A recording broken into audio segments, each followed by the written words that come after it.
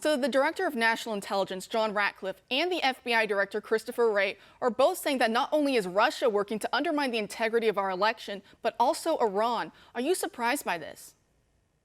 No, not really. We've known a number of foreign actors have been involved, but Iran has really stepped up big in 2018 to try to undermine our election. And they've done so again in 2020. And it's just a clever way of trying to cause further discord in this country and try to disrupt it. And quite frankly, the fact that they're tacitly supporting Joe Biden can't come as a surprise either, because President Trump's been so tough on Iran. Exactly. And so what is Congress currently doing now to ensure that we do have a fair and free election, or what steps can Congress do?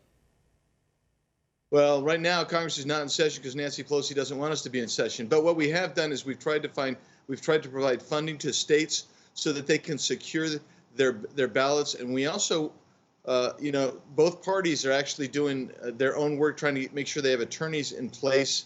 And what you're seeing is a lot of lawsuits that are being brought. I mean, the administration has brought some of the state's attorneys generals have brought some to try to clean up the mess that the Democrats have been advocating for, like an all mail-in ballot system, including ballots to people who don't even aren't even alive anymore, or don't live at that address, or you can't identify. That's how you get fraud, and that's what Attorney General Barr was warning against. And what does it tell you about the media, how they ran with this Iranian Proud Boys story in 2 seconds, and yet they won't even touch the Hunter Biden allegations with a 10-foot pole? Yeah, they're no longer subtle, are they? I mean, they're so totally in for Joe Biden and the Democrats and the left. It's not funny. I mean, I mean, you saw it when the CNN dude stood in front of the burning building and said, these are mostly peaceful protests, and then you move along and you get to this notion of we're going to go after something that is clearly disinformation.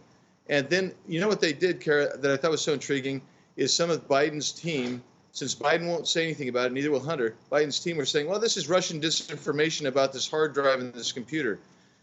Otherwise, they're not saying a darn thing about it. And it's just so disingenuous because they're blaming Trump and the administration and these officials for doing exactly what we're seeing happen with Lincoln Project and other never-Trumpers. And to me, it really does validate the president's call back in last summer of 2019. And the FBI reportedly has had these emails, these laptops, these hard drives since December of 2019, at the same time that impeachment was going through your chamber, the House. Should you guys have been able to have seen that information? Would that have helped your vote?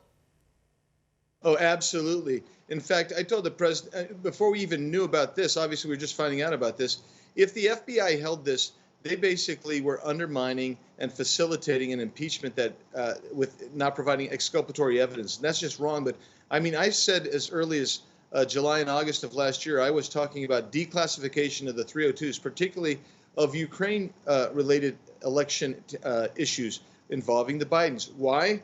Because I believe, and they still have not been declassified. If those were declassified, I don't believe you ever would have seen an impeachment based on a phone call between President Trump and the Ukrainian President Zelensky. This is just, in my opinion, it is a travesty, but it's worse than that. It is actually a quasi-coup attempt when you suppress exculpatory evidence in an impeachment. And that's why this upcoming election is so important. So when we're looking at your state, we know Democrats are saying that they can win your state. They want to turn it blue this November. We know the president was just recently in Prescott, holding a rally. Do you think the president has a good chance of winning the state?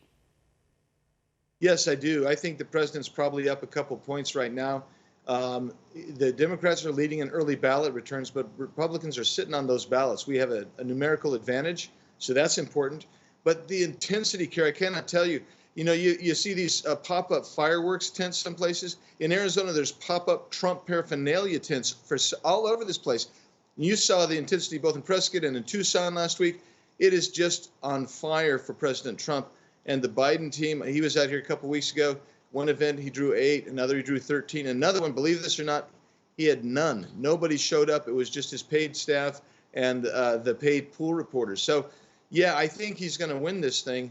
We just need everybody to get their ballots out and get them into the box so we can count them.